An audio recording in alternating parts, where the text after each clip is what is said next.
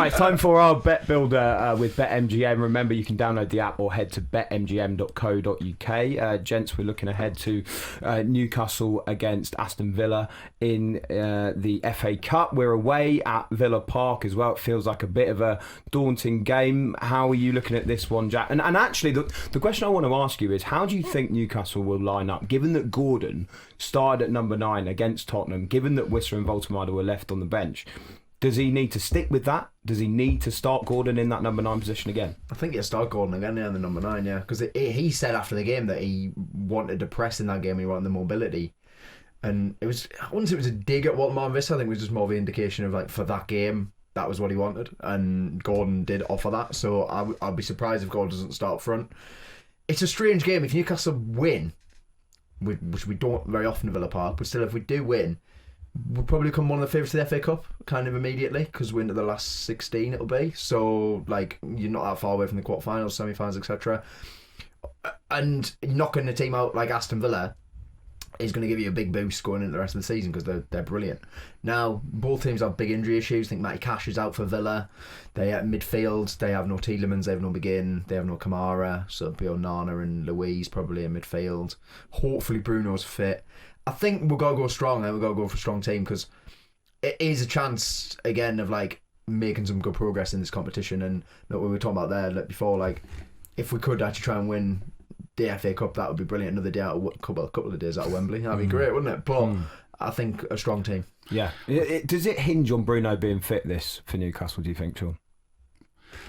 Not necessarily. I think, go back to what I said before, I feel Eddie's got to work out his conundrum with Voltemade and Wissa, and I feel he's got to find a game where he tries to make it work. Now, if you persist with Gordon as centre forward and we win or do reasonably well, then next time you're going to do the same, and next time you're going to do the same. So you're going to keep leaving these two on the bench, having invested what we've invested. So is this not the game?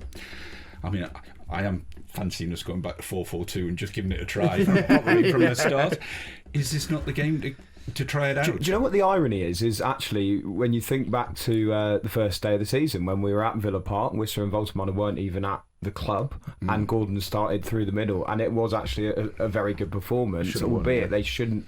They should have won, and actually there were a few chances that went begging. So it's interesting that he's set up against them like that before, albeit he didn't have the options of Wissa and Voltemade. And at the time we were cursing not having a striker, I remember. The one thing I would say is I felt, and I don't know if you felt this as well, Sean, in the stadium, when you were looking at the Newcastle players at the end of that Tottenham game, they did look out on their feet. So for me, it may be, as much as the game was on Tuesday night and there's a bit more time to recover, it might be that there are a few changes, just more than anything, to freshen the legs. How are you two going to solve this Voltemade Wissa situation? I'm serious. You can't. It's You tricky. can't Sure. do them. You can't sell them in the summer. You've got them, so you've got to get them in the team. How are you going to do it? I mean, for me, you build the team around Voltemade 100%, because we built the team around Alexander Isak, right? So I think our whole team was to get the best out of Alexander Isak. It needs to be get the best out of Voltemade. I just don't think at the moment we have the training time for it to actually work, unfortunately, in the way that we want to do it. So we have to actually go for maybe a short-term option and just what's going to get us through to this end of the season in the best possible shape, and then from there you build the team around Voltemade.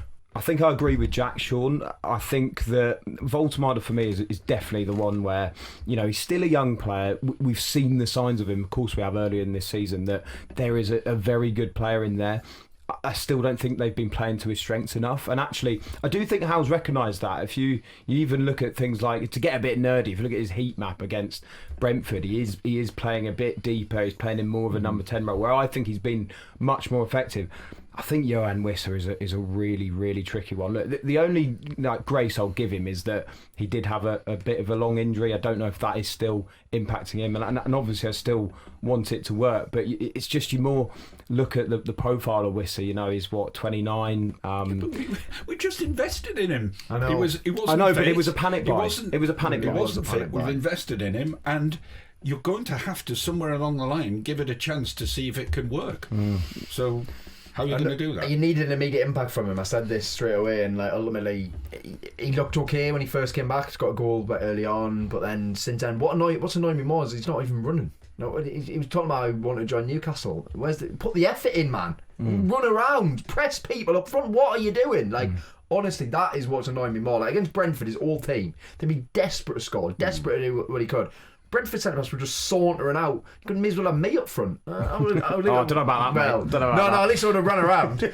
Well, guys, let's talk about our bets for this game. Then I'm gonna back Newcastle at Villa Park. I'm going to go for a Newcastle win, as I always do. What are you going to go for? One day it'll come off. One day. Yeah. I think it might be quite a low-scoring game, actually, to be fair. So I might go under 2.5 goals. I think quite cagey. Both teams, a lot of injuries.